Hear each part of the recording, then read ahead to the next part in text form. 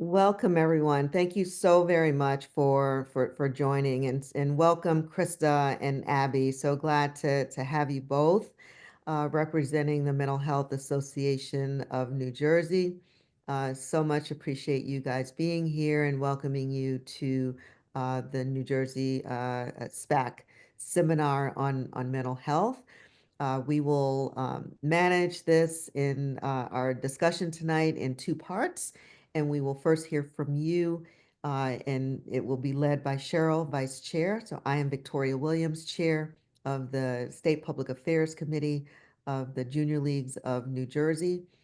Supporting me is Cheryl Bear, Vice Chair, and again, she will be leading this part of the discussion. And before we get started, I just want to share that this is a safe space, that we are speaking on a topic, that it's very sensitive in nature, but we want to just, elevate and ensure that everyone feels seen and everyone feels heard. And we're looking forward to just hearing from you to, share a bit about what you do and the resources that you offer.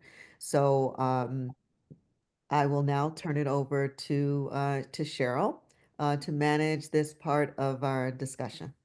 Cheryl? So I get to introduce Abby, which I'm honored to have gotten to know. So Abigail is the Policy and Advocacy Manager on the Government Affairs team at the Mental Health Association of New Jersey. She graduated from Columbia University with a master's degree in public health and holds a Bachelor of Science from the College of New Jersey. She's previously worked as a public policy specialist and governor's fellow at the New Jersey Department of Human Services. She has a background in health policy and behavioral health research and prioritizes equity, compassion, and evidence-based practices in her public policy advocacy. And also I get to introduce, which I'm glad to meet, Krista Klie. She is a licensed associate counselor and certified trauma professional with a master's degree in rehabilitation counseling from Rutgers University. She serves as the lead text chat specialist for the Mental Health Association in New Jersey's 988 Lifeline Crisis Chat and Text Line. Krista specializes in trauma-informed care for children and adolescents, integrating polyvagal theory and evidence-based practices to support healing, resilience, and empowerment. So welcome. Before we get into the 988 hotline, would either of you like to just tell us a little bit about the Mental Health Association of New Jersey's mission? Yes, thank you so much, Cheryl, for that introduction. As you guys heard, me and Krista both work for the Mental Health Association in New Jersey. MHA&J is a statewide nonprofit organization dedicated to improving access to treatment and creating better conditions for people living with substance use disorders, mental health disorders, or co-occurring conditions. We do this through advocacy, training, education, and by providing direct services. On the advocacy side, we engage on both state and federal systems to advocate for key behavioral health issues. For federal legislation, we partner or we work with our national organization, which is Mental Health America. And in terms of direct services and training and education opportunities, we have programs ranging from training for peer support specialists, mental health first aid training in schools, training for providers, and family members and employers for people living with mental illness. We also have free wellness centers located throughout the state. We have community support groups for people with a range of mental health conditions. And we have a call center, which serves 5 different call agencies as a hub for people living with behavioral health conditions.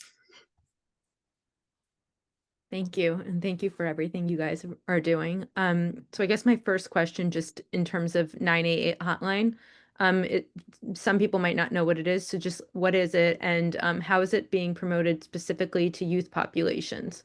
And are we seeing an increased usage among the younger age groups as, they become aware of it? Yeah, definitely. And Abby, I can take over that one. Is that okay? Yeah. So the 988 suicide hotline, it's all over. You can see there's billboards all over the state of New Jersey right now. There's different posters, things like that. There's media ads that are being targeted to youth as well. 988 is a suicide hotline, but it's not just for suicide. Anyone who's experiencing a crisis, anyone who's experiencing any type of mental health thing where they don't know how they can work through it in that moment, 988 is here for you. Whether that is, a youth who is having failing a test and they're not able to communicate it correctly to their parents.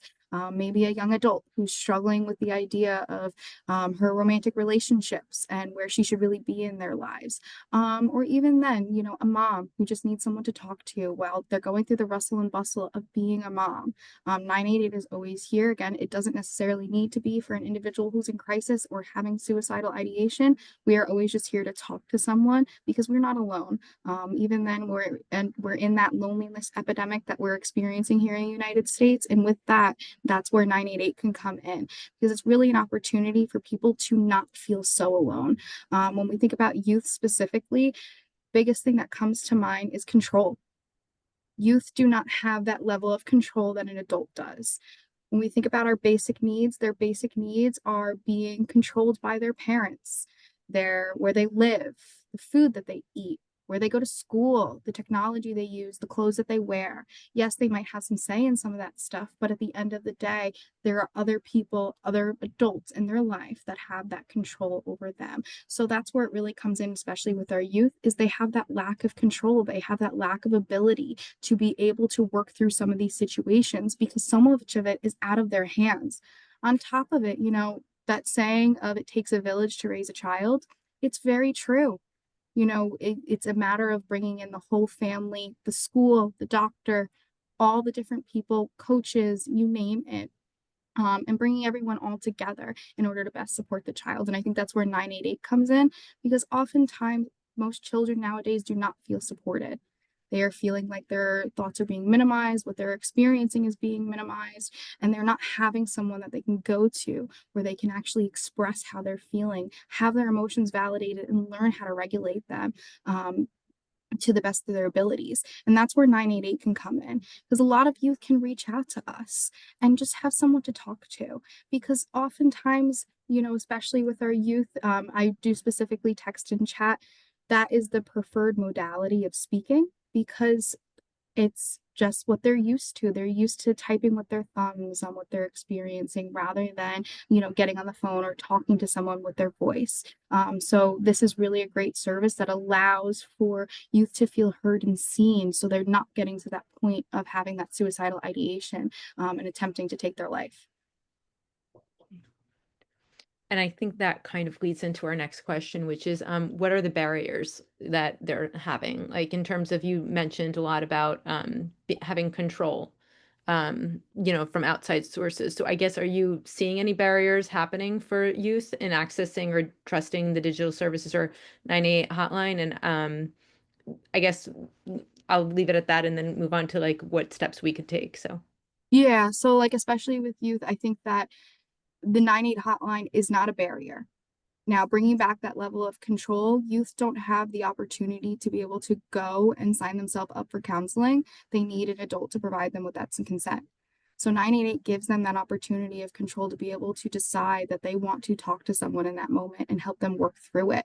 And I think that's the beauty, and that's not even looking at 988 as a barrier. It's an opportunity to crush that barrier, because we're able to better support in that situation, because again, depending on the situation, there's a lot of financial burden that can come from outpatient services depending on the provider. So 988 can really be there as an opportunity for a child to be heard and seen if they are unable to get access to those services.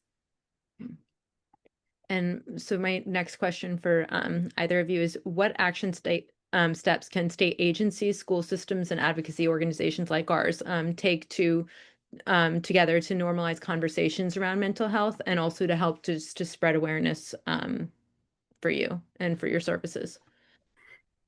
Yeah, thank you, Cheryl. I think, state agencies, school systems, and advocacy organizations both play very important and unique roles in both the behavioral healthcare system and in the lives of youth.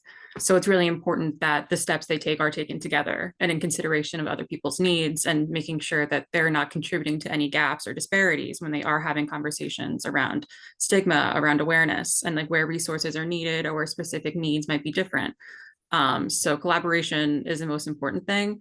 I think working together, especially on the state agency side and with advocacy organizations, it's important that they support schools and enable schools to create open and safe environments for the students going to them. If you really think about it, outside of the family structure, students and youth are most regularly engaging with their school system. They spend so much time there, and it's crucial that they feel safe and that they can open up to people, and they know who to open up to or where to go, and that there are resources available for them and the teachers that are supporting them to know what to do or know what to say. So in terms of collaboration, there can be collaborative efforts to develop awareness campaigns in terms of both development and distribution, to make sure both on a state level and on a local level that there's age appropriate materials, there are materials that are addressing known barriers, and that students are getting the education they need regarding their own health and like where they can go for other people or themselves. I think there's also a lot of work that can be done through collaborative efforts to look over current health curriculums, like on all stages of education, to see where mental health is talked about, if it's talked about at all, to work with advocacy organizations or other areas of expertise to kind of amend that, and to do so in a way that's responsible and reflective of, research. And I think they also can just work together to support each other and make sure like whatever collaboration they have is ongoing. And before we get into audience questions, I guess my final question is, what gives you hope as you continue this work? I'll let you go first, Krista.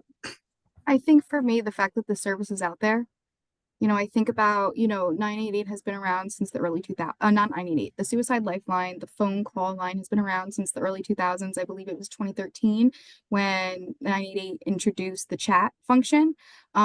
Text and chat, crisis text line has been around for quite some time as well. I don't remember the exact year that they launched, but I think what gives me hope is that we have these services. No one has to be alone. Again, we are in this loneliness epidemic, and especially for our youth, there's so many of them who are on social media, talking about and having open conversations about mental health. But 988 is an opportunity for them to go have an open conversation about their mental health, be able to be connected and identify what works for them and what doesn't work for them. Find coping tools, find ways of resiliency, and have that validation.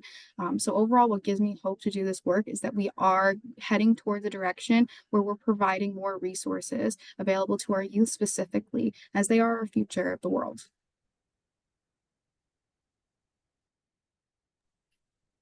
Thank you, Krista. I agree with everything she said. I think the progress is really undeniable. I think about things that were available when I was in school, and it's just so much different now, especially with things like teen mental health first aid training, and even school-based mental health systems where people can advocate for themselves and seek help directly in their schools. I think another thing that makes me hopeful is just the change in, I feel, awareness wise and stigma wise, like there's been so much progress there as well. Like I never hesitate to talk to someone about anxiety. I never hesitate to talk to someone just about having a bad day. And I'm very grateful for that. Thank you. We are too. So first I would like to open it up to the audience to see if any of our members would like to ask a question.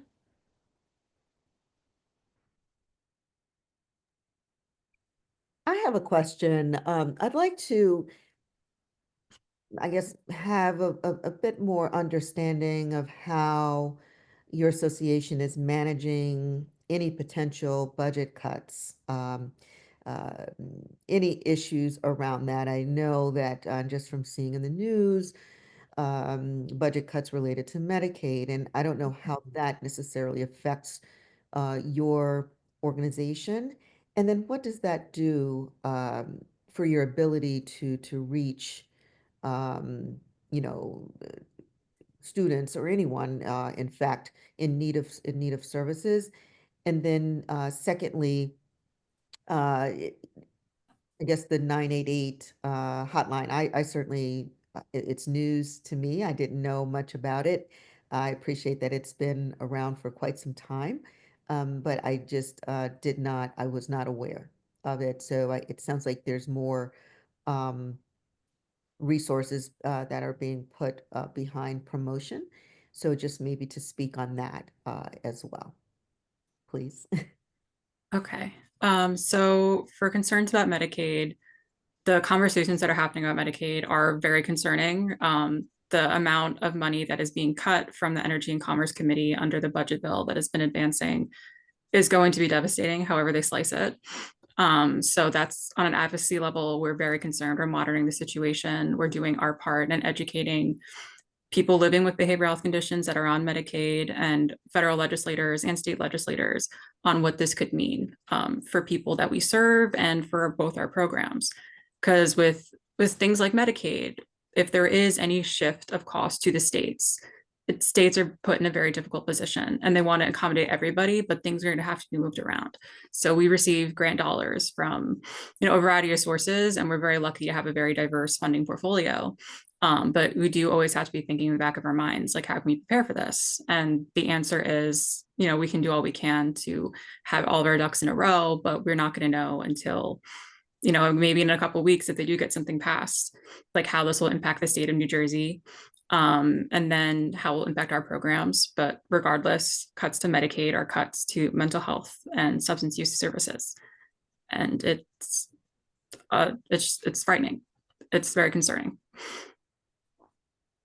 And Krista, if you want to answer questions about 988 promotion, I'll pass it off to you. Yes, thank you. Thank you. So yeah, the 988, so 988, that was, I don't remember exactly what year Biden did it when he was in office. I believe it was 2 or 3 years ago. I'm sorry, I don't remember it the exact off the top of my head. But before that, it was a 1-800 number. So I believe it was like 2003, they launched the 1-800 number. And then it slowly became going into that chat portion. But nowadays with social media, 988 is doing specific directed marketing towards youth. What does that mean? If you're unfamiliar how marketed ads work, you do it through social media, it actually will ask you what demographics that you're looking for these ads to be going to. So specifically, 988 is targeting youth in terms of their ads. I run the lines, and I've actually seen people say, like, I came across a YouTube ad of this and I was just having a bad day and I wanted to text.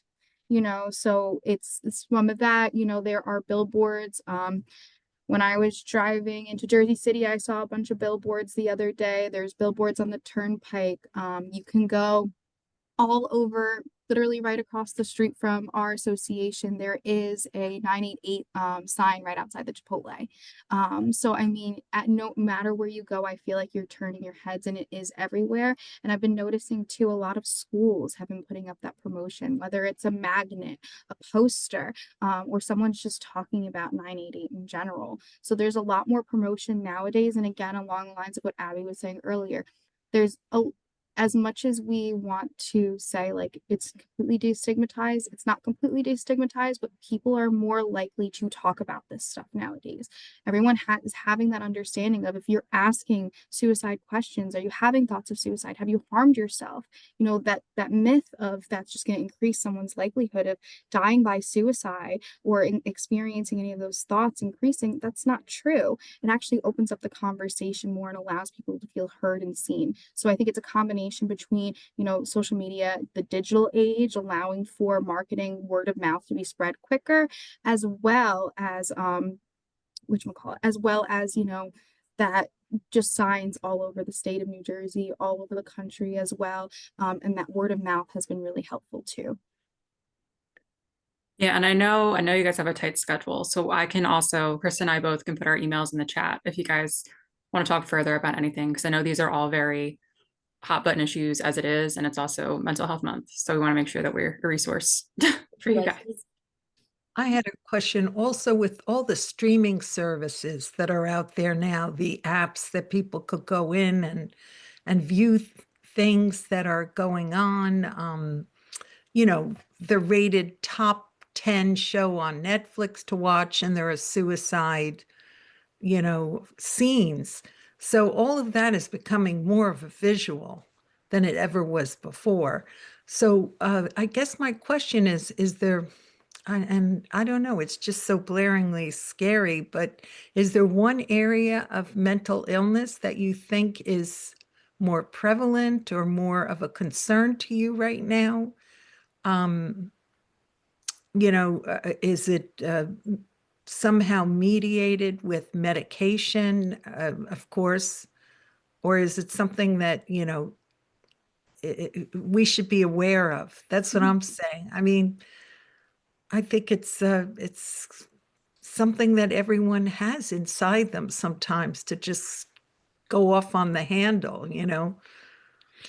and I don't know if if that's a question you could really answer, but I was just curious to see if there's something to be aware of. Mhm. That's a really great question, Leslie, and thank you so much for asking. I think that it's a matter of multiple things that go here. Suicide, mental health conditions, just in general. There's a lot of different variables and factors that go into it. There isn't one clear cut cookie cutter answer. I can put in the chat a list of warning signs for suicide. And I think that's where, if anything I can share is more of a prevention. I think that the main portion of it here is that oftentimes people don't know what to do, whether you're 10 years old or you're 80 years old, unless you have specific training in suicide prevention, how to talk to someone. It's really difficult to know how to navigate that and to know what you're looking for. And I always like to say we're all living life for the first time, and we're only living life with the tools that we were given. So if we don't have these tools, if we don't have these experiences, it's something really difficult to look for. But I think overall it's a matter of the whole system coming together and saying it's time for us to start learning about this. Again, we're seeing our youth in the state of New Jersey, in the report that DCF should just put out in 2020 for 2025. 60% of about 60% of the youth that died by suicide had a previous mental health condition. So we're seeing that there are people our youth are experiencing these things. But overall, I think it's a matter of starting that conversation, being open to the conversation, and normalizing it. These thoughts are common experiences. So many people have them, whether it's, a fleeting moment because it's a temporary situation, or you've gone through things over and over again and you're having a difficult time coping through. Therefore, you're only seeing this as a way out. And it's at the end of the day too, it's very primitive. Our mind is going to do what it needs to do to feel safe.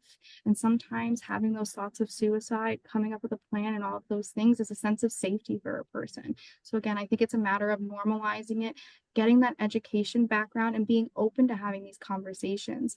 Yes, it's a very difficult conversation, but it could be a conversation that saves a person's life, whether or not you realize it.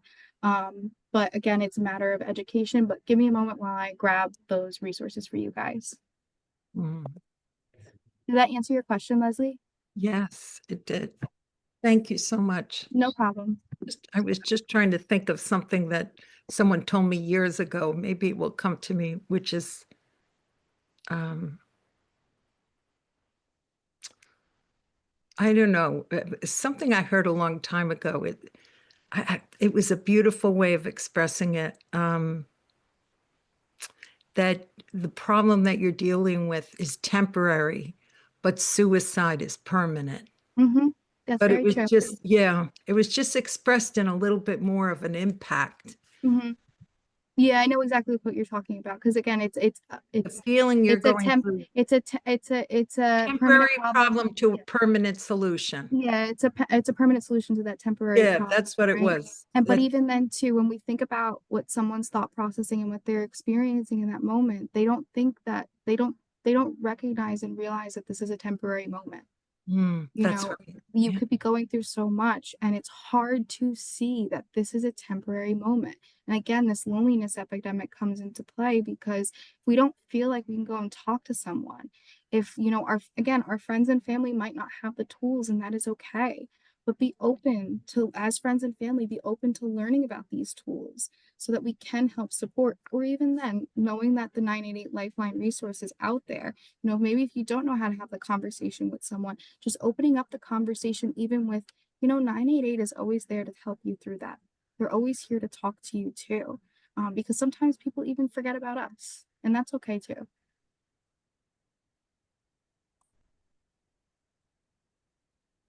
I have one question here, which is what steps, do you have any steps to make sure that there's enough culturally competent resources and services available to youth from diverse backgrounds? Because I know, for example, in the Middle Eastern culture, you know, you talked about barriers and control.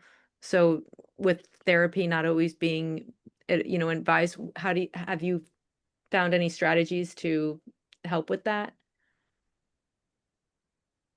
So if I'm understanding, Sorry. what were Like, you gonna how do say, Abby? you overcome cultural barriers with teens whose parents might not be the most supportive of therapy? Yeah, so I think that that's something again that's something that's kind of difficult on specifically the 988 Lifeline, because when you text or chat into 988, it is very confidential and it can also be very anonymous. So we don't need to know your demographic and understand your cultural background, but we like to meet people where they're at. They're expressing to us that, you know, their parents aren't willing to do X, Y, and Z and they're not interested. We can try our best to help them find and identify any other resources, identify other supportive people that they could potentially be going to reach out to. But again, meeting them where they're at and understanding it from their perspective, because just because maybe as a white woman, I might view it as one way, but a Hispanic man might view it as another. It's important to me that I'm meeting that person where they're at, and I'm utilizing my cultural humility. I don't know everything, and that's okay that I don't know everything, because everyone's journey is different. Everyone's story is different. Even if they're all from the same cultural background, does not necessarily mean you all have the same exact upbringing and your parents have the same thought processes as well. So it's really about having that cultural humility and meeting the person where they're at. Yeah, I just want to add to, from the policy perspective, I think that's why engagement with communities and stakeholders are so important, especially on the school system level and on the advocacy level. We want to make sure, like, one, there are resources available in different languages. Like, there isn't that physical barrier of going home and talking to your parents. This is what I'm going through. This is what is available for me. And just making sure, you know, like, investments in the mental health system are also for a whole person approach. So the family is involved. And you treat the person, you know, not just as someone who is struggling like with suicidal ideation, but someone who might be going through a lot, like physically, like their circumstances might be homelessness. One of my first experience working in the mental health system was working with a refugee resettlement agency. A lot of their problems were very permanent. The fears of deportation, that's a very permanent problem. So you have to be able to engage with that and recognize some of their struggles are very serious and they might need more than just case management services, and connecting them to them and having infrastructure in place to get it to them quickly is really important. Thank you. Well, thank you, both of you. Thank you, Abby. Thank you, Krista. So we invite you to stay on the program as I hand this off to our chair, Victoria, and we're going to be welcoming Assemblywoman Dunn. Victoria, you're on mute. Thank you so very much. And I really appreciate you, Abby, and Krista for such a spirited discussion. Very knowledgeable. I learned so much, and I really appreciate the time. So definitely still hang on. We are waiting for Assemblywoman Dunn to join us. I believe she had a previous commitment tonight, and she was squeezing us in. So we're very much appreciative of that. So she'll be joining us. I guess in the meantime, if anyone else had any other questions that they wanted to add, Claire, if you'd like to, yeah, we'd love to get your insight. Well, just to connect to a couple of other issues the Junior League has had history working on, and one that we work on now. I don't know if our guests are aware of the work we do on human trafficking or against human trafficking. We talk a lot when we speak in anti-trafficking terms about people being trained, caregivers and first responders being trained to have a trauma-informed approach. You know, this idea of meeting them where they are. But you have to, in those circumstances, have a much stronger background in understanding the roots of what makes somebody vulnerable to trafficking. Very often child abuse is part of that picture, and other kinds of family violence.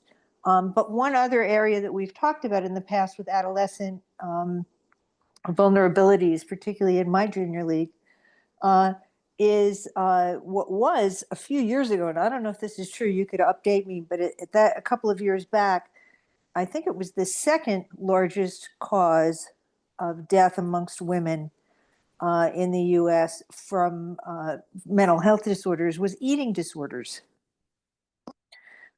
Eating disorders heavily underreported and undertreated for a variety of reasons in New Jersey.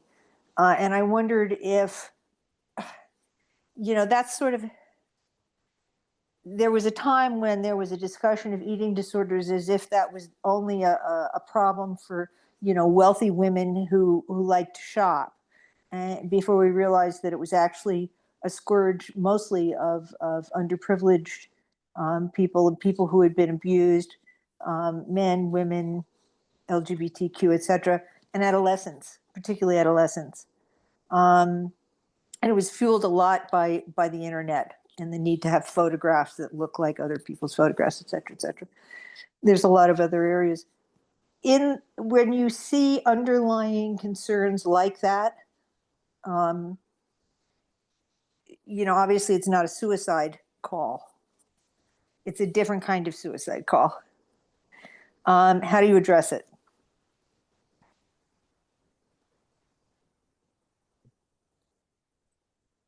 I'm so sorry. I'm currently also running the line and there was something going on. My Okay. apologies. Do you mind? I heard some of it with the Okay. trauma-informed care. Whatchamacallit, I heard some of it with the trauma-informed care, but I did miss some of it, and I do need to respond to one of my team I members. wondered what resources you have to offer for eating disorders when you see that as an underlying condition. Okay, on the 988 line or at MHA&J? Yeah, and because it was very underfunded a few years ago, in part because there were no public services, there were no public hospital programs for this. And part when we looked into it in my league, the reason was because if you're under Medicare or Medicaid, there was a regulation that said that they couldn't pay for food. Okay. And so when I asked why aren't there any publicly funded eating disorder programs, there was only one in the state. And the reason was, well, we can't really pay for them for people who don't have, massive amounts of private health insurance coverage because they don't fall under the guidelines. Yeah, okay. Thank you for this question. I think It's an that underlying condition, yeah. though. It's not an emergent condition. Yeah, and I think that especially with this disordered eating behaviors, I think this is one of those areas of mental health that is often not to say underrepresented. No, it falls through the it's cracks. Yeah, it does fall through the cracks, and most of the time too, most resources for eating disorders, to your point as well, previously we did believe that eating disorders were the only population that experienced it were white women. But nowadays we're seeing that any population can be experiencing it. And with that said, in terms of resources, what we do here at MHA&J is we really try to connect them to what works best for them. We try to find a more specific resource to their area, but the one of the biggest barriers with eating disorders and getting residential treatment is that it's typically an out of pocket cost in order to receive the best level of care. And I think, again, this is where those social determinants of health come into play, especially with mental health, that we often there's a lot of services are often not funded, and that a lot of people aren't being able to have access or know where to find that access as well for those services. Does that answer your question? So it's still as underfunded as it was before?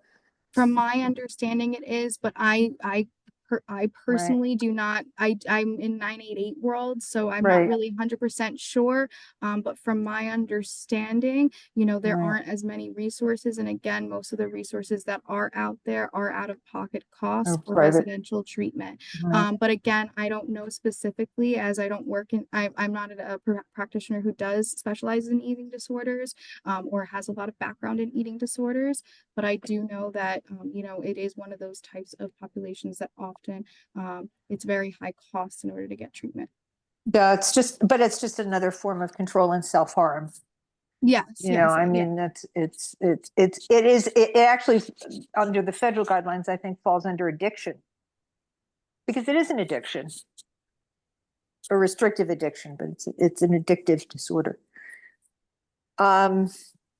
Okay, so that's not good news, but you do have some referrals, I hope, Yeah, some places to send people. yes, we do. We do have referrals to send people. We do share, and we also have the New Jersey Mental Health Cares line that can help to connect individuals to resources and referrals that work best for them. They can go on the phone and they can speak to someone who has more information than I do in terms of those specific resources. So that's a really great resource to reach out to as well, because they know all the different resources that are within the state of New Jersey. All right, because we do get it in the anti-trafficking world, because we get kids who have been groomed essentially and coerced through sextortion online. And that's where the body image control for predatory alienation occurs. And that can often send them down that rabbit hole. Yeah, yeah, and even then, at the end of the day, the core root of what all you're describing there, Claire, is trauma. If Right. you haven't heard of the adverse childhood experiences, when an individual has 4 or more adverse childhood experiences, or ACEs, their level of suicidality increases by like 500%. Through the roof. Increase of intravenous drug use increases. Diabetes, bodily health conditions as well. It's more than just your mental health when you have 4 or more of those ACEs. So I think at the end of the day, Claire, of what you're describing, again, it's that childhood trauma, you know, and we have this education basis surrounding childhood trauma and recognize how much ACEs impact us. But again, I think at the end of the core root of this all is, again, that whole family system. You know, it's a matter of the community coming together. You know, even then, since the pandemic, I'm noticing our communities are trying to become communities again, but we're having that difficulty because there's still that disconnect. And, you know, because we can't have our communities, therefore, again, it takes a village to raise a child. We all need to be on the same page in regards to how we react to situations. How are we coping with situations? Are we able to regulate? Are we able to provide a safe space? Do we know what a safe environment is to us? Because a safe environment is different for me, it's different for Victoria, it's different for Abby, it's different for every single one of us and how we define it. So again, I think it's a matter of 2, identifying and recognizing that trauma is different for each person. It is really our hardwiring at the end of the day, the way our body and our brain reacts, our hardwiring is all the same, but our hardwiring changes based off of those experiences. And so Krista, does that mean that you're informed to spot a potential trafficking victim, even if they've been a victim of familial trafficking? Because what we've learned at the coalition is, of course, that familial trafficking is far more prevalent and less reported than almost any other form of trafficking. Because there are times when sending them back to family is not the safe space. yes, I mean, that's just true, and you have to be able to spot that. Yeah, and I agree with you, Claire, but I'm gonna be transparent and honest with you. I don't have an exact answer, and I don't want to provide you with the wrong answer either, because again, that's not something I specifically specialize in, so I don't want to provide you with the wrong response. So it's possible we could provide that training. I want to jump in here. Assemblywoman Dunn is having a bit of a challenge with her service wherever she is. So she might be joining us and she might not. So we're just gonna do like we do as junior league women. We stay ready and we pivot to the next thing. And so what I would like to then just perhaps ask Abby, and that'll give Chris an opportunity to manage her call center there, which is really, I love this because it's real time and it's again a nice education for us to know what you do, Krista, and what the services that you provide and that you're managing. So I guess this question would be for Abby. How would you say, how can policy more effectively drive collaboration with schools? Because we talked a little bit about schools and young people, middle school and so forth, high school, and you're focusing more on youth. How can policy drive more of a collaboration between schools, mental health providers, and families? Thank you, Victoria. So I think policy, especially, there's state policy, there's also local policy, there's county policies. They all have varying levels of, enforcement power. But policy is a very unique tool and kind of requiring collaboration and continuous points of it, either through task forces, through boards. And they can also require that these task forces and boards, gather input from community stakeholders. And that includes providers, that includes school systems, it includes, people living with behavioral health conditions or families impacted. So I think that's the most direct way it can do that. I think another policy tool we could use is looking at training and education requirements across disciplines. I know there's different mechanisms of doing this, either through legislation or through agencies and like in certification boards. But if there's requirements implemented for training school staff, for training teachers, for training more people in the community health setting, recognizing that students, interact with other places besides school, and you want to treat the whole family and you want to educate the whole family, making sure maybe librarians have resources on both like warning signs and like resilience tools for mental health, but also resources on where to go if you need help. Places like 988, places they can go to if they do have a concern for their own bodily safety, whether that's with the Division of Children and Families or the Office with the Attorney General. So I think there is really useful. I think policy can also be used to, like I was mentioned earlier, look at current health curriculums and make requirements there in terms of requiring mental health is included. And I believe in New Jersey, there is requirements, at least in high school or for elementary school for behavioral and social well-being, just learning for starting from a young age, learning how to communicate your feelings and how to, respond to stress in your environment. But I also think something that is very important to protect going forward through policy are the school-based mental health programs. I think, addressing barriers in those programs, especially with regards to youth not being able to consent to services that they know that they need. And also just addressing barriers in the workforce that are impacting the availability of youth services specifically. That could also be said for things like eating disorders. We know these things are underfunded, and we know that there are barriers to insurance coverage. And that is, that's all things that could be mended through policy and requiring different things being moved around so that there's either funding or that there's not barriers, or that insurance companies do have an obligation to support people in these positions. But I think it's very important to utilize all mechanisms of policy, like right now, especially because as we can, rely on federal funding sources less and less. So having discussions, with the state and also with, your counties and your local communities is important.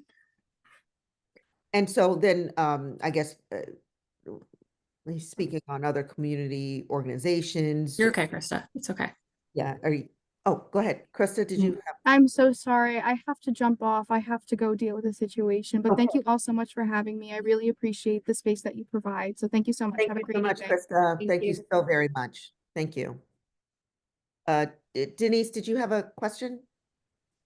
I did. I wanted to ask about your partnership with the American Foundation for the Suicide Prevention, the Advocate for 988 campaign. Yes. Are you speaking about the telecom fee? Yes. Yes. So I'm happy to talk about this. Again, recognizing the current funding situation, the current restructuring situation happening at the federal level, it's really important that we advocate for long-term sustainable funding for life-saving services like 988. So this week we're having a week of action, and that is to, support state-level conversations to implement the budget recommended 988 telecom fee. This telecom fee, as suggested, will be 40 cents a month. There are 10 other states throughout the country that have this fee implemented to support their 988 systems. It was legislated nationally in terms of when 988 was introduced into law. In 2020, it was issued as an order, and then it came into effect in 2022. And that's when the number officially switched over. And it's important to remember when you're talking about 988, it is one, a life-saving services. It's one, a call center, but it also is connected to other services like mobile crisis outreach response teams and crisis receiving stabilization centers. That's someone to go somewhere to go and someone to respond to callers that reach out to 988. So this is a life-saving service that needs funding. And it's also available to anybody with a cell phone in the United States. So it operates a lot in terms of availability like 911. We do not provide emergency services, but we are available to anybody who can call. Thank you. And I wanted to just mention one thing, and maybe you could elaborate on it. So the Junior League of Morristown got to receive training from you because you received a grant for mental health first aid. Yes. And also to the point about access to care, you have like an amazing newsletter of so many great public programs. So I just thought that maybe you could talk a little bit about all of the resources that you're providing that you need funding, and us to advocate for for funding to help to provide care for those who can't afford it. Of course. And right, and then also in organizations like the Junior, any other community-based organizations, what can we do to then support your initiatives and to support all of the good work that you do? Because certainly mental health falls within one of our areas of focus. So organizations like ours and others, what can we do to support these initiatives? So I think in terms of the current environment, a lot of the concerns about scarcity regarding behavioral health programs, like in the state, like throughout the country, are because of federal policy changes. So it's important, from an advocacy level to engage on the federal level, and to say like all these decisions are not yet final. There are people in power who can change their minds on this, especially with regards to Medicaid funding, especially with regards to the proposed cuts to 988 nationally. And like all of the things that we're talking about have not yet happened, and we can interject, we can intervene, we have the power to do that. So I just encourage ongoing discussion and, remembering that mental health is a nonpartisan issue. It affects everybody. No one wants to lose somebody to suicide or to lose someone to overdose. And, there's a way to prevent that, and that's through funding core systems like this. In terms of supporting local initiatives, I think just spreading awareness. I'm so happy to hear that you guys love the newsletter. Our communications director, Meryl, works very hard to make sure there's everything that people need in there. And I think, organizations like MHA&J, they provide a lot of unique services, but I think the most powerful tool we have is connecting people who really need help to services that will serve their needs. Or to people who can help their loved one who is struggling. And right now, I think really needs to focus that funding for those services that are like inpatient programs, that are outpatient programs, some of which we do provide through the wellness centers, that those funding streams are protected.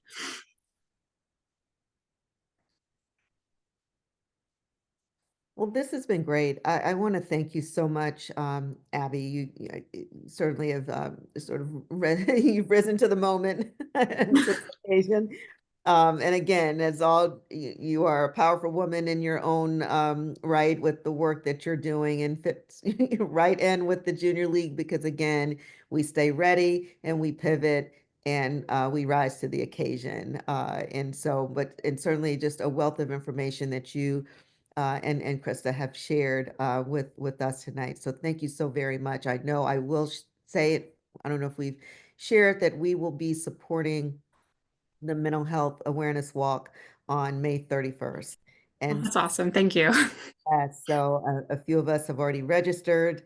I have registered, and Denise and some others have registered. And so we will be there, a small but mighty group, but we certainly will be there to support the walk on the 31st, and in celebration, not really celebration, but just in recognition, I should say, of Mental Health Awareness Month. So thanking you for all that you do, and certainly thanking you for showing up tonight and sharing some valuable information. I guess any other remarks from anyone? Cheryl, did you have anything else to add, or anyone like to have Thank you, Abby. You were amazing. So thank you for providing all the information. It definitely, hopefully, was educational for everyone. No, thank you guys so much for having me and for engaging with all of our comments. I'm so happy that this is an issue so important. And I was so I was so like I felt like I learned a lot of things tonight too about the world. So I'm really happy that we were all able to get together. I see you guys at the mental health awareness walk next week. But just supporting it is okay too. We're very appreciative of that. And like I said, you have my email and everything. We are here as a resource to you as well. We would love to collaborate in the future. So please. Absolutely, collaboration, and certainly you will be hearing more from us. We'll be working very closely with the New Jersey Coalition Against Human Trafficking, of which Claire is a very she's on the executive team there, and so she's also a very seasoned and experienced member of the Junior League and the State Public Affairs Committee. We get a lot of our mentoring from Claire. So we're happy to then be continue to work with her as we head into our next program year, where we'll be focusing quite a bit on human trafficking, given that the World Cup will be right at our doorstep here in New Jersey. So you'll certainly be hearing from us for additional collaboration and support on that. Yeah, awesome. Thank you so much. Thank you so much, Abby. You have a great night, and I'll just invite our SPAC team to stay on. Thank you. All right. Thank you to our guests.